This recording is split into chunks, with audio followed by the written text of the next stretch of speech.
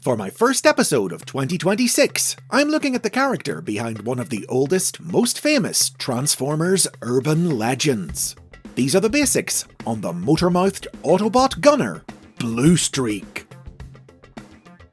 The toy that would become the original BLUESTREAK was first released in 1982 as part of the Japanese toy line Diaclone. The figure transformed into a Datsun 280ZX Turbo sports car and was available in two colour schemes, blue with a silver hood and silver with a black hood. Additionally, two retools of the figure were released in 1983, a race car and a police car. All three toolings were licensed by Hasbro and imported to become part of the Transformers toy line. The original and police versions were released in the first year of the franchise in 1984 as the Autobots BLUESTREAK and Prowl, and the race car joined them in 1985 as Smokescreen. With three versions available, the Datsun was the most used Autobot car design in the line, and the toy's head even served as the basis of the Autobot insignia. Now, Hasbro initially planned for BLUESTREAK to be the blue version of the Datsun, the colours inspiring his name. But late in production, they switched to the silver version, modifying it slightly to remove the car's black hood and make it silver all over. However, all the official photography of the toy, on its packaging, its instructions, in catalogues, and even its packaging artwork, infamously still showed the blue version, confusing kids, and in years to come, giving rise to a well-known, long-lived, but incorrect belief among fans that a rare blue BLUESTREAK had actually been released.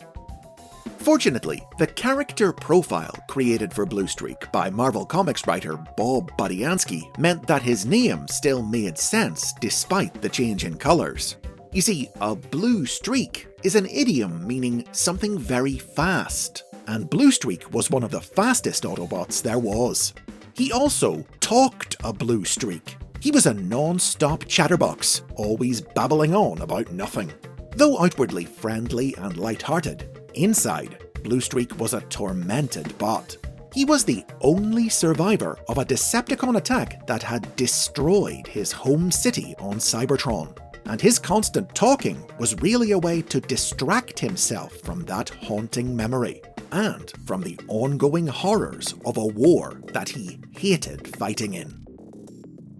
Sadly, this tragic backstory wasn't explored by either the cartoon or the Marvel comic book, as BLUESTREAK was never a major character in either.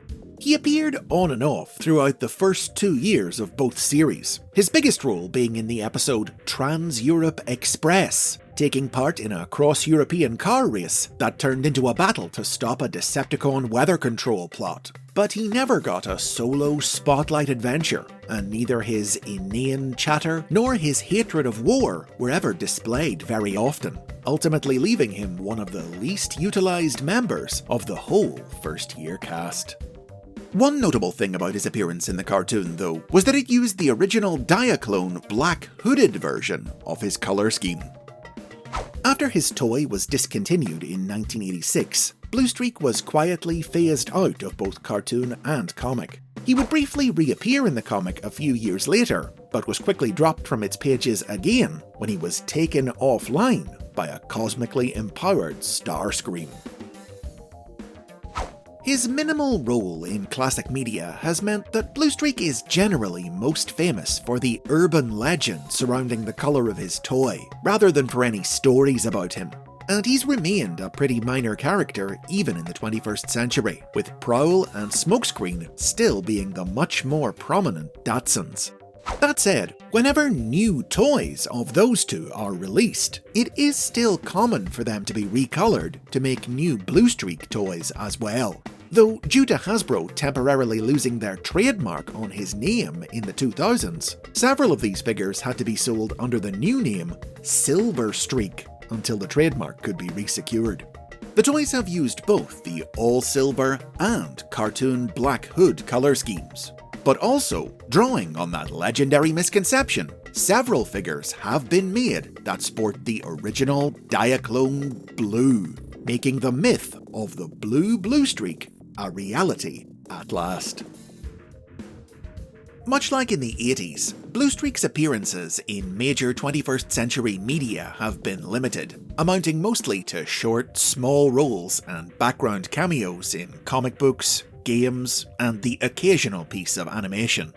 Writer James Roberts had wanted BLUESTREAK to be part of the main cast of IDW Publishing's 2012 comic, More Than Meets the Eye, but the role he had planned for him, that of a chatty bartender struggling with his inner demons, wound up going to Swerve instead, robbing BLUESTREAK of a big chance at stardom.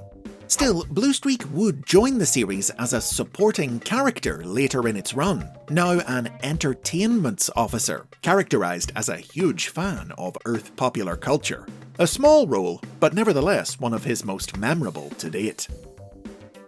But that's not to say that BLUESTREAK has never received the spotlight. He has been the subject of several prose stories, preeminent among them the 2003 trilogy of novels, Hardwired, Annihilation, and Fusion, which were the first media to ever truly explore the character and his traumatic past.